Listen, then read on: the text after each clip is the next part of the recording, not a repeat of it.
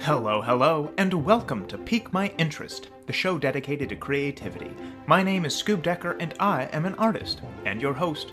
Pique My Interest is an exploration of art across North America in meeting some incredible artists, learning about their craft, and exploring what makes them create. Welcome to Pique My Interest. Hello, and welcome to Pique My Interest. I'm currently in Missoula, Montana, sitting in this awesome home/studio with this incredible artist. How are you doing today? I'm great. Excellent. It's hot. It is a little bit toasty, but that's all right. It's summer in Montana. I can't think of a better place to be. Mm-hmm. Please, tell us about you. What is your name, and where are you from? My name is Cara Schulz, and I was born in Cody, Wyoming. But I grew up in Hamilton, Montana, in the Bitterroot Valley. Montana. Mm-hmm. And please, pique our interest. What is your craft? I am a songwriter and performer. Songwriter, performer, what I've learned, creative director, singer, guitar player, all of the above. Piano player. What is your specialty within your craft? My specialty within songwriting? Yeah. I'm really good at finishing songs.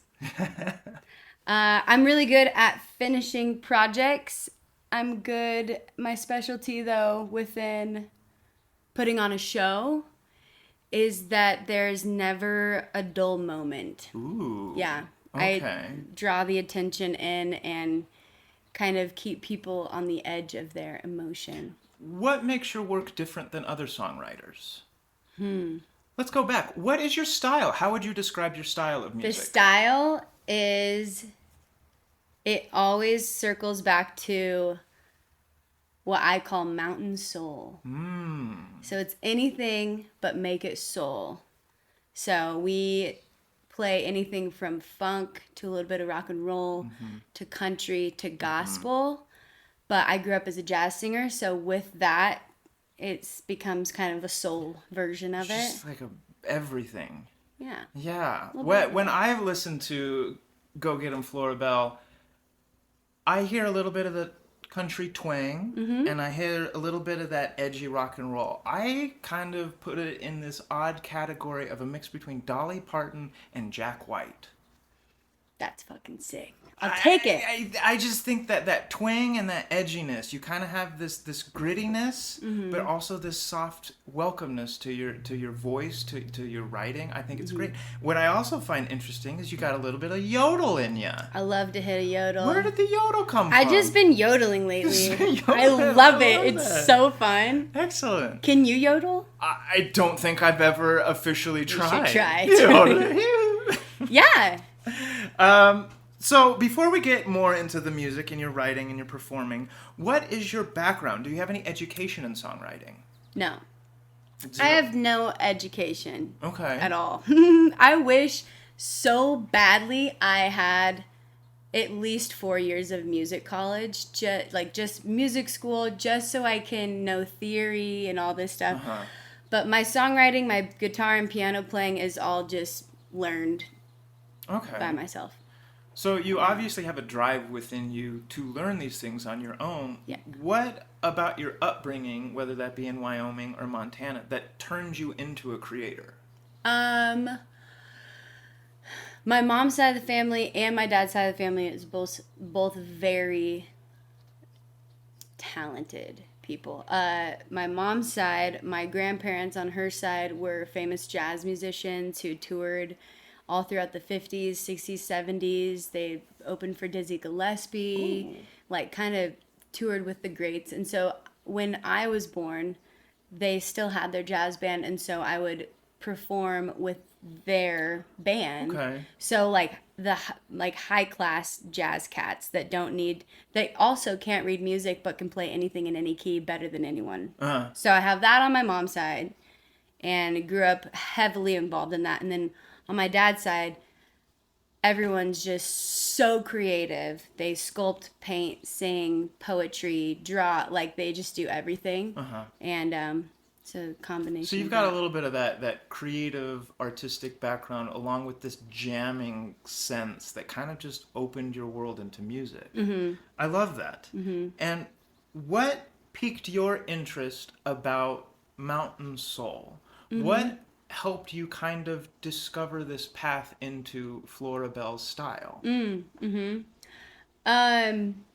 Probably taking the roots in which I grew up hunting, fishing, living off the land, like hardcore, garden all the time. Always had like a farm situation. So very much kind of a mountain woman at heart and feel comfortable in that. But then also I have this showgirl side that's very glamorous and jazzy, and so it's kind of a combination of those two things. Yeah, it's kind of like that background you were talking about. It's kind of this melting pot of different crafts and different jammings, and just kind of adding your Montana twist to that, and we get Florabelle. And congratulations, you are performing this week at Under the Big Sky. For those of you who don't know, my peekers out there, it is a massive music festival in Northwest Montana. And Go Get 'em Florabelle will be performing, and I cannot wait to see you rock out and jam out. To me, that's a success. You got a band performing in a festival, the same festival as artists like Mumford & Sons. Way to go. That's successful. Do you consider yourself successful? And what got you succeeding in music? I consider myself a total failure every single day, honestly. It's a really big problem. I am very hard on myself. I played this festival 2 years ago. And I look back at that and I'm like, that sucked. I sucked so bad. And then I sang it last year. I got hired to sing with another band. And I look back at that and I think to myself, you suck. And then this year, I know for a fact this will be the best, best performance we'll be having because of how hard I am on myself. So I would say I'm not successful at all. I have done some things that I look back on and I'm like, oh, I'm happy I got that done. That's pretty cool. But most of it is, ooh, that makes me cringe. I learned from that. Everything's a learning experience. Everything, yeah. And as a performer myself, I can say, as performing artists, as an artist in general, we tend to be our own worst critics. It's horrible. And when you're in a world of trying to make and create your own band and putting all this pressure of booking gigs and writing music and getting all of your band members together, and my questions for you, kind of like, what are you going to wear as a band? Yeah. I can't even believe how you're pushing your creativity through that. Right. So again, thank you for that. Thank you for giving us your music. Thank you. But give us a little bit of history of Florabelle. Where did the name come from? And how long has it been around? I forgot to mention this. It was also my nickname growing up. Okay. So my mom always called me Florabelle. Okay. And it stems from this old Shirley Temple movie called Rebecca of Sunnybrook Farms, which I abused as a child. And my mom and I were always obsessed with really old movies, and we would watch that one. And there's this quote in the beginning of it where this kind of creepy stage uncle is pimping out his niece, and she's going to sing on the radio, and her name is Florabelle, and she's this heinous girl that sucks so bad. And he says in his old-timey voice right before she sings, like, give it to him, Florabelle. And so my mom and I always thought that was such a funny quote. And so she would always say that to me before I would go on stage and sing anything. So it's just a little inside family thing. Yeah. Amazing. And who knows, maybe we're going to see another name change soon. Maybe with a little bit of inspiration, but Florabelle is going to be there. I think so. That's going to be it. And you performed at different festivals. You've talked about the type of music that you do. But let's get into the creation process a little bit. How do you write your music? Where do you start? So many different ways. Sometimes I'm sitting here, right here, fiddling around with my guitar and thinking about a scenario or emotion, and I'm able to connect the two and just start writing a song in 5 minutes. And sometimes I'm driving. It's kind of sad these days because a lot of humans aren't chilling by themselves unless they're driving, which is sometimes my life. So when I'm driving, sometimes I'll have a really awesome hook or melody that I will think of, and then I'll come back to the house and finish it. Lately, I've been writing a lot in the sauna at the gym after I work out. Okay. Well, if no one's in there. I'll just sit there naked and just be like, put it in, oh, like someone will come in and it's like so embarrassing. So does it start musically first? Well, I guess melodically first. Do you kind of come up with the lick, the tune, and then lyrics come later? It's always the same time for me. Yeah. So I'll be at the piano or at the guitar thinking of a melody, and the words usually come at the same time. Yeah. But at the base of it all is that story. It's that feeling. There's a story, Yeah. yes. And I'm very much a storyteller, and I come from a storyteller family. You cannot get us to shut the fuck up. So there's always a story, and then there we go. Yeah. Yeah. And then bring it on. And you know what? I want to change this about myself. I don't like that. I want to start writing this way. What sort of feeling can I project, and what sounds go with that feeling, and then start writing from that stance. Yeah. I want to elevate to more cinematic feel and tone and stuff like that. Elevating the emotion from it. Yep. Yes. Yeah. That's amazing. Okay. And what gets your creative juices flowing? What inspires you?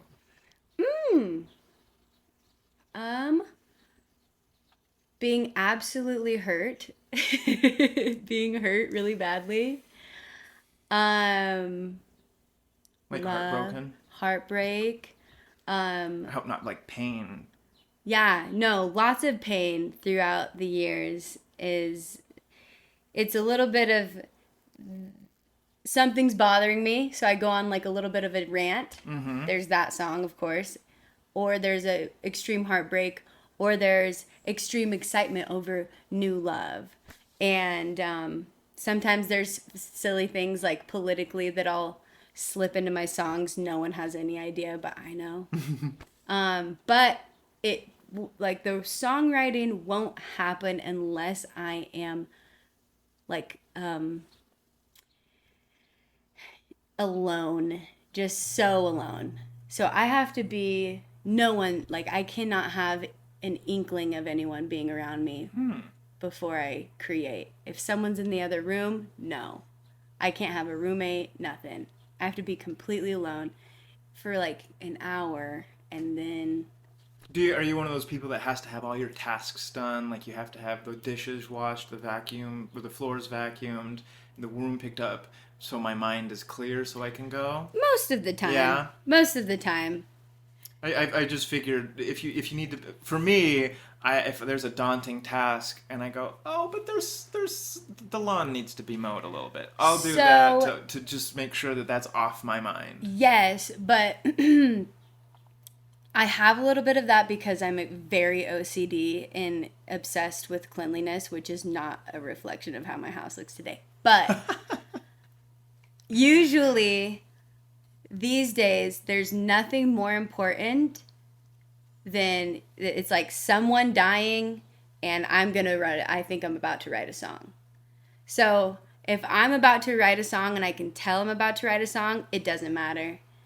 So it's like, I always have my little OCD, but the song is more important than anything else. And once the groove happens, you just I'm fully like obsessed. Yeah. Let it flow. And then while you're writing, what I find very fascinating with Florabelle is it's not only Cara. Mm-hmm. How many band members do you have? Last year I had 11. This year we have 9. 9 to 11 extra band members. How do you write for possibly 8 to 11 extra instruments for one of your songs? Good question. I write the horn lines. I am open to anyone having ideas on the horn lines. Like all my horn players are phenomenal, so they will come up with some stuff sometimes, and I'll be like, "Yes, that's it." But I write the horn lines. I write a lot of the. This is what I don't write. I don't write the bass parts. I am very involved in the drums because I have to be, because it's me and the drums. We're the leaders, That's your heartbeat, yeah. But my bass player is so fantastic, John Sporman, and I've never really had to say to him, "Can you play this different?"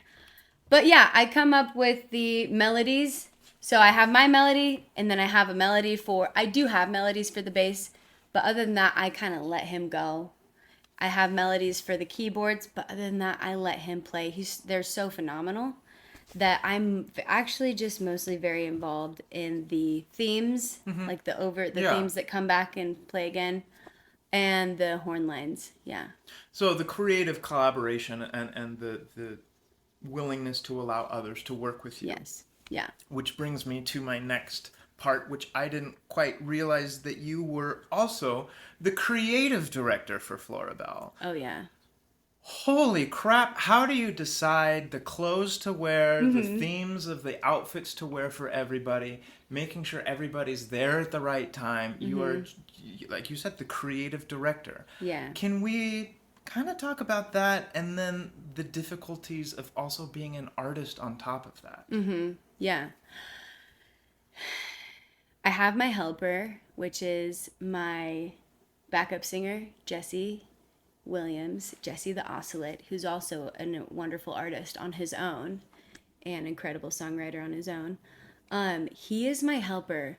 So anything I do, I don't ask. He doesn't ask if he can do this, but he just brings shit. So if we're going to have a show and we're going to do a little bit of a set design, I'll bring like all of this. Sometimes I'll bring this. I'm just bringing everything. The goal is to make it look like we're in my living room at any point in time. And so I have my little helper, Jesse. He always shows up with stuff, and it's really fun. But when it comes to everything, it's a lot of asking people to trust me. And it feels like what's that feeling that you get when you, imposter syndrome? It's very imposter syndrome, and I'm trying to get over that. But it's constantly kind of telling people what to do. And just being like, will you? Do we love each other enough for you to just be like, yeah, I'll do that? Let it go. For the band's fits, for their outfits, we wear the same thing. Not me, but they wear the same thing every time. And that was chosen by me. They wear these $250 like velour olive green shirts that are a mixture of from a very gay man's designer website that I got.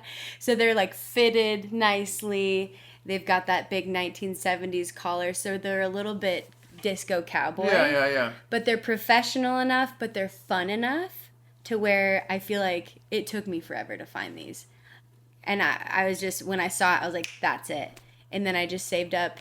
I mean, the order was huge. It was like $2,500 worth of freaking shirts with tax because they were handmade over in France or whatever. So that is what they wear. And then I always bring all of the scarves, the bolo ties, the necklaces, the hats, the sunglasses, and I just spread it out and I let everyone pick what they want to wear, like a little dress up thing. And then for me, oh boy, man, I would say my jazz singing and playing grandmother who always wore big gowns and beautiful headpieces, and till the day she died, 4-inch heels, boas, wigs, eyelashes that could like dust the room. She said something to me about a year ago because I was going to play a show. She was going to come.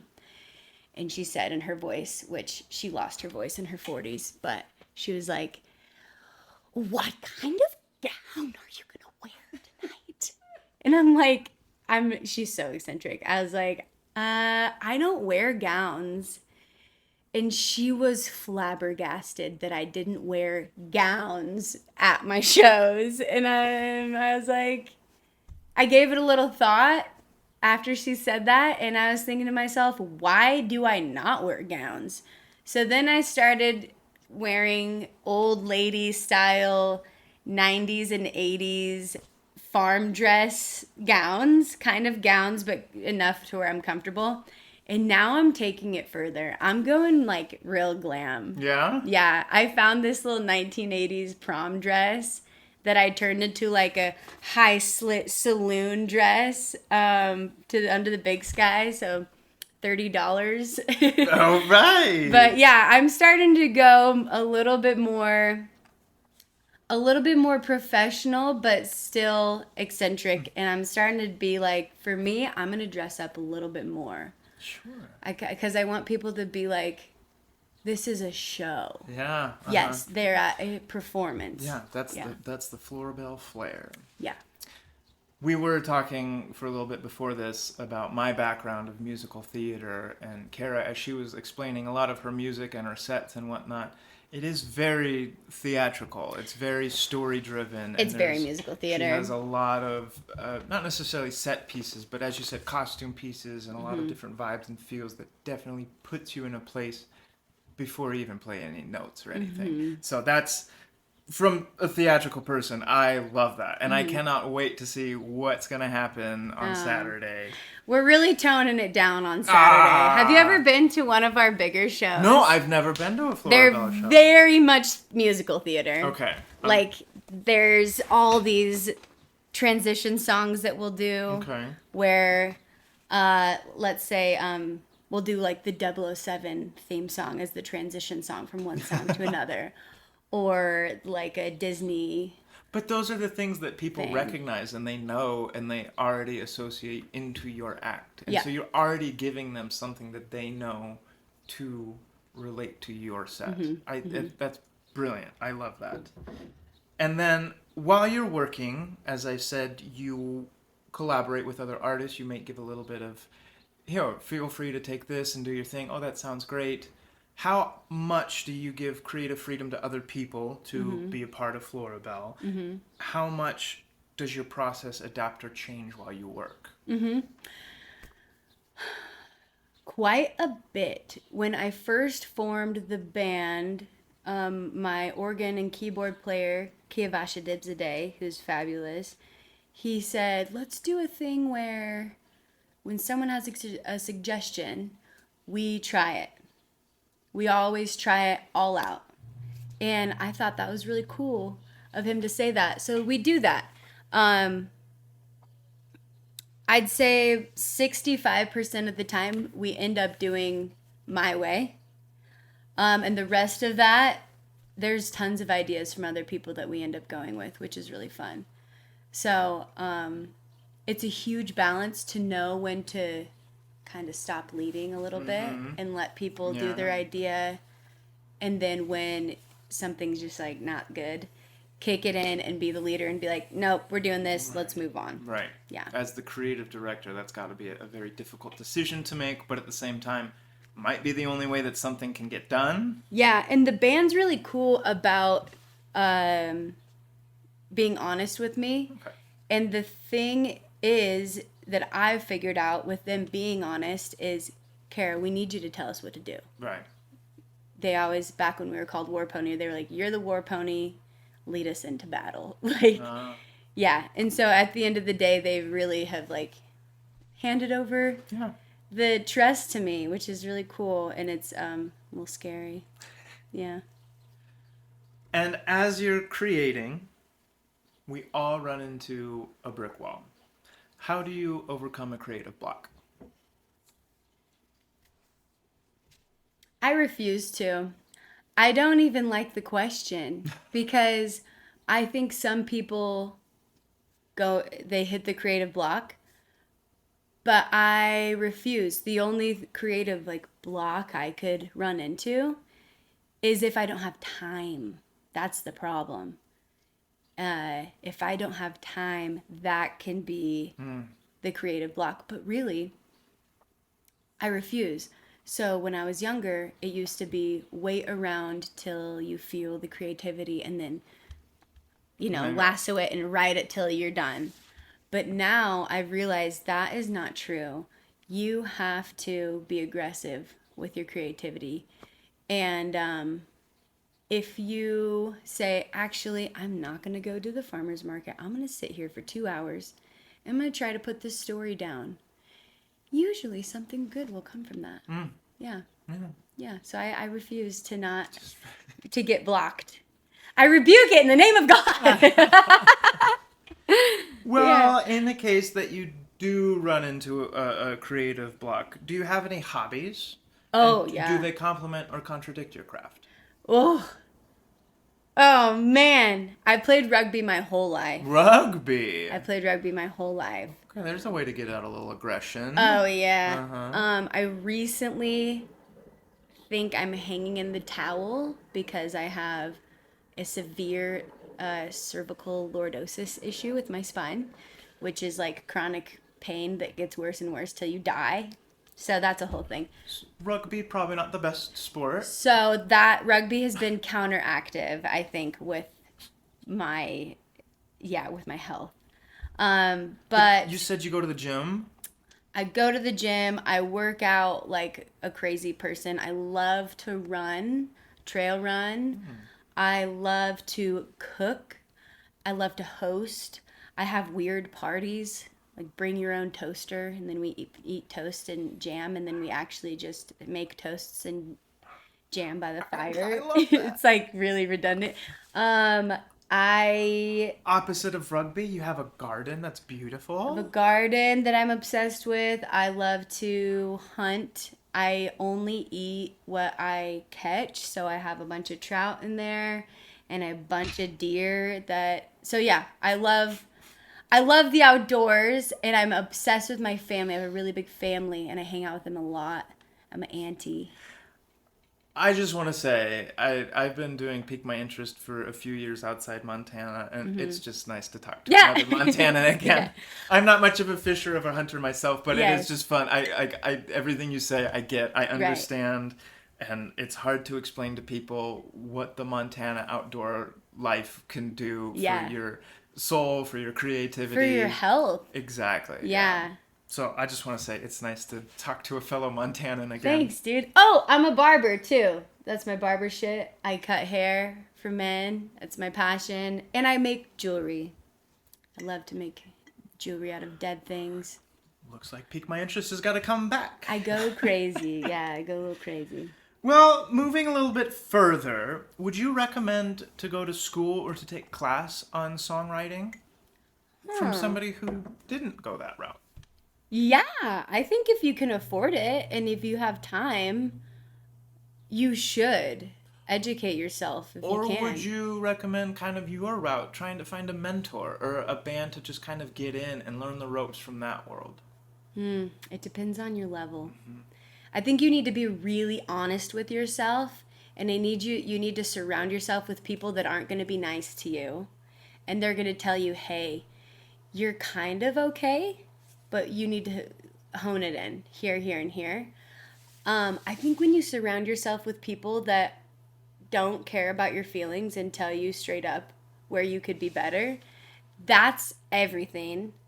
But I don't know. I think education would be rad. Like, I get really sad and jealous of people that could afford to, like, finish school and stuff. Yeah, I totally understand, but from somebody who went to undergrad and graduate school, I learned everything that the school wanted me to learn, but this this show piqued my interest is the direct reflection of me wanting to go outside school. So I get it. There's totally things that you can learn in the education system. There's things that you're going to learn outside the education system. So I was just curious if you had, what would be your advice for somebody to get started into songwriting? I wouldn't say go to school. I would say hang out with really awesome musicians. So what would be your advice to get to know a really awesome musician? Get aggressive, put yourself out there, and become people's friends and become an asset to their life. So figure out how you can add something to someone's life instead of taking from them. Because when you do figure out how, okay, this person is a drummer. I want to be their friend. I want to learn about gigs. I'm going to help them load in and load out to their shows.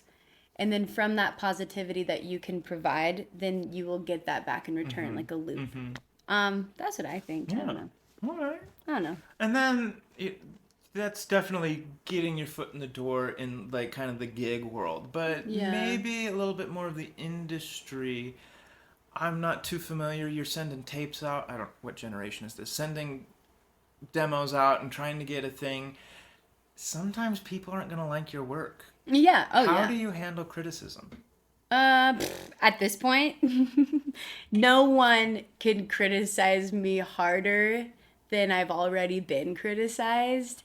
And so I don't give a fuck.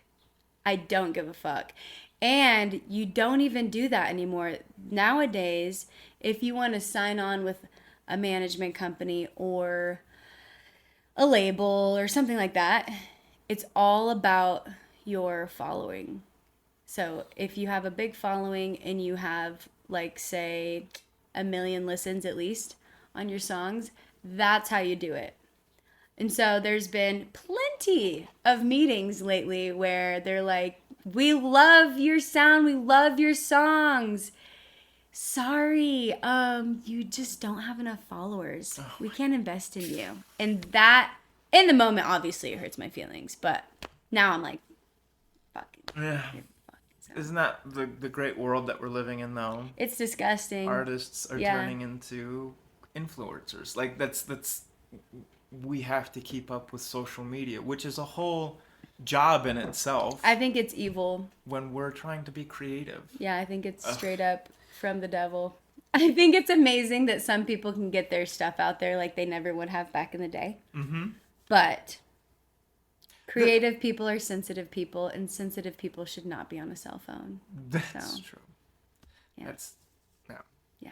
It is a very cool benefit of the 21st century to be able to look at anything. Inspiration is at your fingertips. Yep.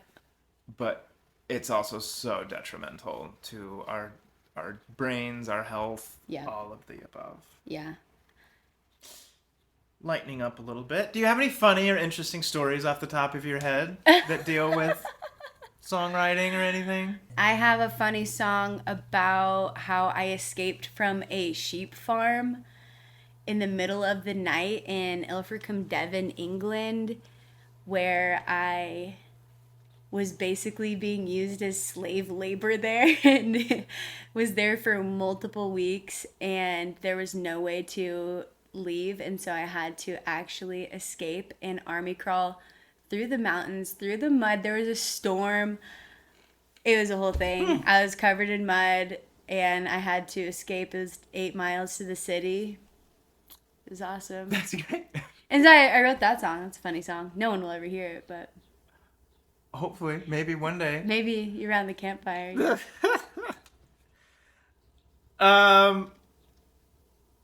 Moving along, what's next for the world of Florabelle?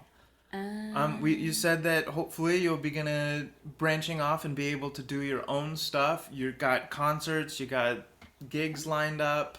Are we going to start to see any different styles of music? Are you going to start experimenting with different instruments? I am starting to learn how to play the vibraphone, the vibraharp, which is my grandmother's, one of her instruments. She's a total savant on. That's the gold 1950s vibroharp in my jam pad in there. So usually it's right here, and I practice. I've been taking lessons on that, so it's very exciting. I put a couple of these country tunes out, honestly, to piss off my manager because they are a couple of the hits that were on the old record that I can't get anything done with. So I have my single that came out a couple weeks ago that's very pop country. I want to sell that to someone else. Yeah. I don't want to be the singer on that. Yeah. Ugh. But I have this other tune coming out in a few days that I'm like, this sounds pretty cool. It's very spaghetti western. Ooh. So it's cool. That one, and then I have an album coming out that is my solo album, so it's separate from my band, that I have just put so much work into, and I have a lot of nice players on it. Very exciting solo album. As far as gigs, I decided to chill on the fall gigs. And just, I'm trying to book myself a tour. I have a booking agent, but he doesn't really do much. Why would he? We're like a small band, so he doesn't make a bunch of money off of us. But he is a phenomenal booking agent, so maybe someday he'll step in a little bit more. But I'm thinking book myself a tour for the spring. Okay. Yes, I have 7 albums of music that are perfectly organized and categorized and everything. So saving up money to record those, and I'm just learning along the way. I'm starting to produce and just make more contacts and figure out what fits where when it comes to recording. And yeah, I'm trying to elevate the band, trying to keep a really good core quality players in there, and that's about it. And what's next for Cara? Do you have any life things going on? If you're taking a little break from the fall, there's no division between Cara and my music. I'm so immersed and obsessed with it. The only thing I could say is I'm going to go kill an elk this year. Oh, okay. I'm going to go hunting. I know that for a fact. And I'm going to take some time in the winter and go make some connections and record. And me and my partner Tanner, who's a phenomenal saxophone player and musician, we're going to take a little time off in the winter and go make some connections, maybe in LA and Nashville, and then we'll come back. So excellent. That's what Cara's up to, but it's really all the same gal. Yeah. Yeah. It's all Florabelle. It's all, I'm obsessed. Yeah. Yeah, I work nonstop obsessively. It's bad. I can't thank you enough for joining me and piquing my interest. Is there anything else you'd like to say before we wrap up? I had something funny to tell you.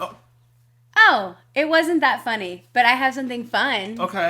Okay, you're going to miss it because we're not going to do it this weekend, but if you ever come to a live showing of the band, we have a segment where it's very musical theater. This is why I wanted to tell it to you. So I'll have a couple of my circus friends come up that'll juggle 12 pins or whatever, and entertain. And we do this, okay, I'm getting ahead of myself. We do this whole segment that is an improvisational jam that's called That's So Juicy. And it stemmed from someone telling me that I saying way too much, and that I should just sell t-shirts at my shows that say That's So Juicy. So I do. But we turned it into this whole segment where it's all improv to kind of show off how good the band is, how they can just play anything. But then I get these ridiculous amount of snacks and I wrap them in wrapping paper, and then I label them with colorful markers, and I put a warning label that's this big that makes no sense on them. And they're just this hysterical, big packages. And then my background singer will put his little like wig on and his glasses and a different jacket, and he will, what's it called when he will auctioneer off these gifts. And meanwhile, I will throw an assortment of fruit out into the audience and juice boxes. And then I usually grab my machete, and we have a table and like a whole sign that says "That's so juicy." And we have like, I'll like chop a watermelon really violently, and I'll start like tossing discs out into the audience. And it's this bananas segment that we do every show, and everyone's always, and I'm like, do you know what time it is? And people be like, that's so juicy. Yeah. Oh, and it's really fun. And then at the end, we let the audience decide who, like based on cheers, they get to vote who their favorite band member of the night is. And then I put a medal on the band member, and then we just proceed with the rest of the show. That's incredible. It's ridiculous. If we're gonna miss that at Under the Big Sky, Yeah. I will catch it at another Florabelle concert, because that sounds like amazing. Really out of hand. I've tried to hone it in a little bit, but it always ends up being really sticky. Yeah. Well, yeah. Yeah. Anyway, I thought you'd like that. I do very much like that, and one day would love to be splashed with some watermelon guts. You did mention something. We don't have time to get into it. It'll be for a future Pique My Interest episode, but I am Yes. fascinated with musicians and the capacity to improv and to jam. Yeah. And I think that is completely different brain side to songwriting and analyzing music, and then to be able to just like jam and to just kind of feel music and go with it.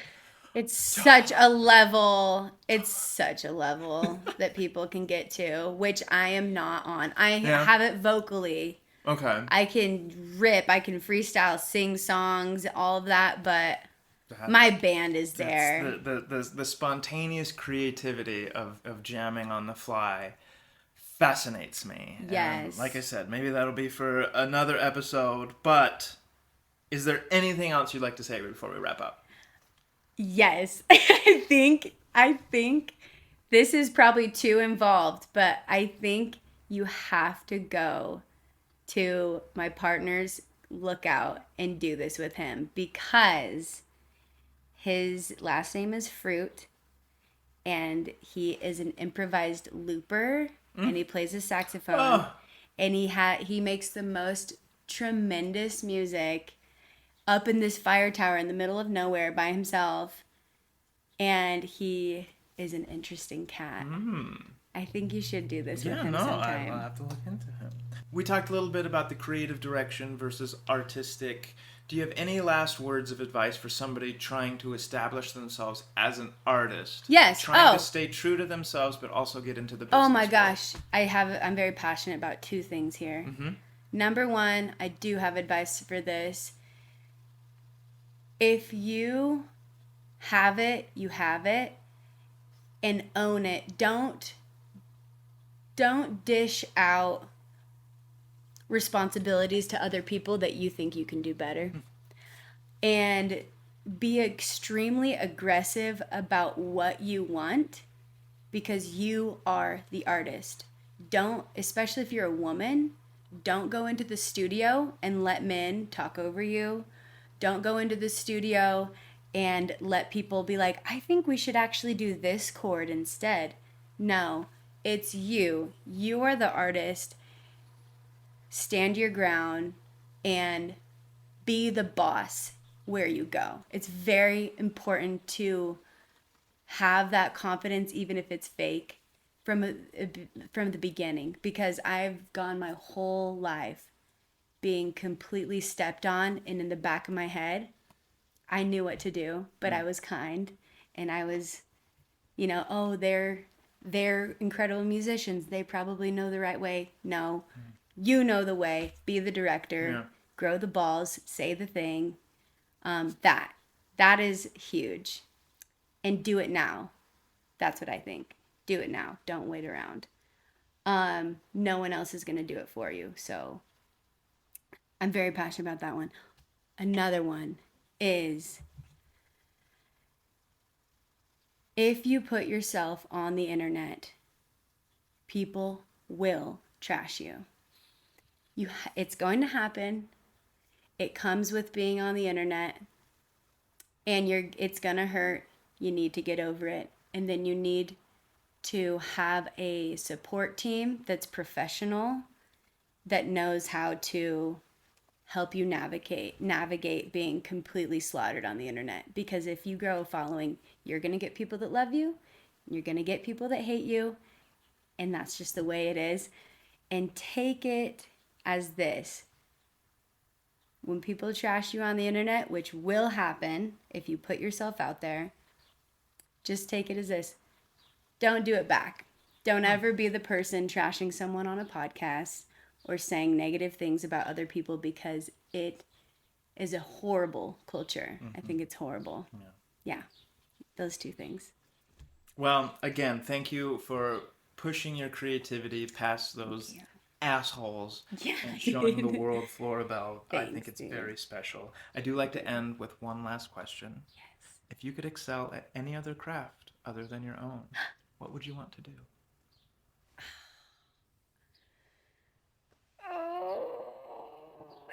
Can it be music related? No. Let's not do music. Something else. Let's not do music.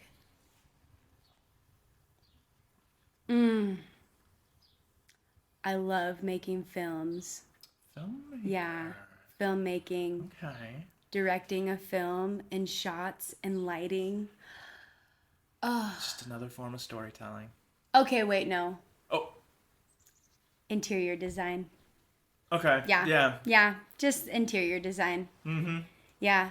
This is a broke girl. If I had money, this would be crazy in here. It would look love crazy. Your aesthetic. I walked in here and I said, "This is Missoula, Montana." Yeah, it's very homemade and thrifted in here, but interior design is one of my biggest passions. I'd love to pursue that. Well, yeah. I'm sure we're going to see it on stage and your costumes and the set, and I'm just, again, excited to experience Florabelle. Thank you. This is fun. Oh, no. You're so fun. Thank you. I think this is going to be awesome for you. Yeah, thank you. I don't know when this episode's going to be released. Under the Big Sky will be over, but for whatever concert, gig, festival that you're at, give them hell, Florabelle. Ow! I can't thank you enough for joining me, piquing my interest, and thank you to all my peakers out there. Please let me know if you know of any special or unique artists or art forms you think I should explore. I'm currently in Missoula, Montana, and can't wait to see where Pique My Interest takes me next. Remember, creativity comes from the heart. Push yourselves. Be kind to each other. I'm Scoob Decker, and thank you for helping me pique my interest.